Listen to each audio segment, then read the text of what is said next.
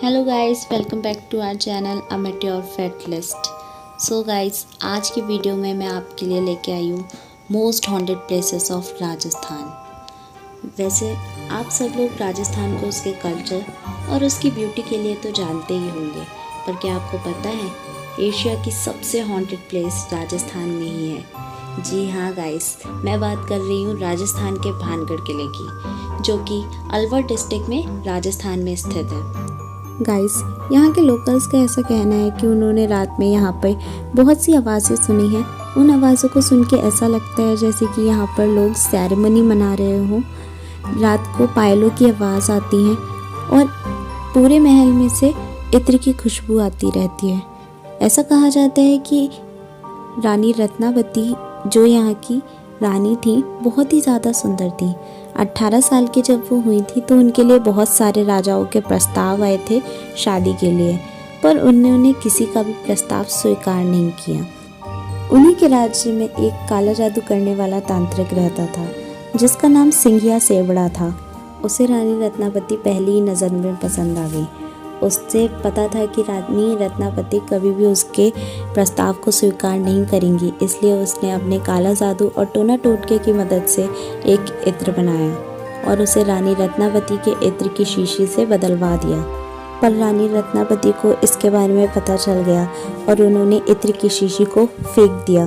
वह शीशी एक पत्थर से जाकर टकरा गई और टूट गई, जिससे उसकी तंत्र मंत्र का असर रानी की जगह उस पत्थर पर हो गया और वह पत्थर लुढ़कते हुए उस तांत्रिक के सिर पर आकर टकरा गया, जिसके कारण उस तांत्रिक की मृत्यु हो गई।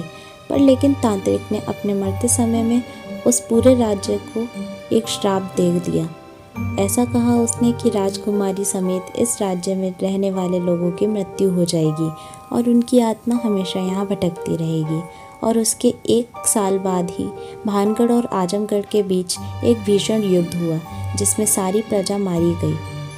तभी से ये भानगढ़ पूरा बर्बाद हो गया। सेकंड प्लेस इज कुलधारा।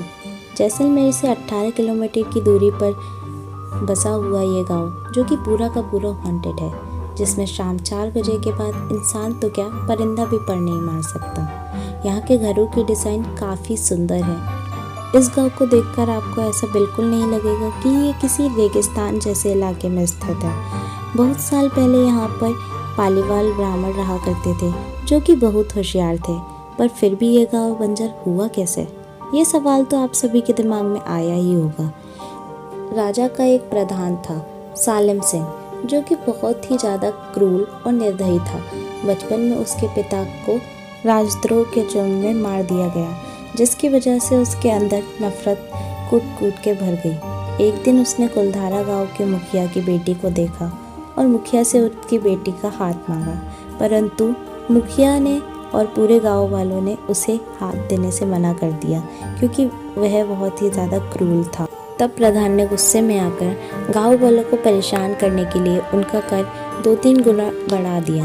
गांव वालों में बहुत ही ज़्यादा एकता थी, इसलिए उन सब ने मिलकर यह तय किया कि वह इस गांव को छोड़ देंगे और अपनी बेटी का हाथ उसके हवाले कभी नहीं करेंगे।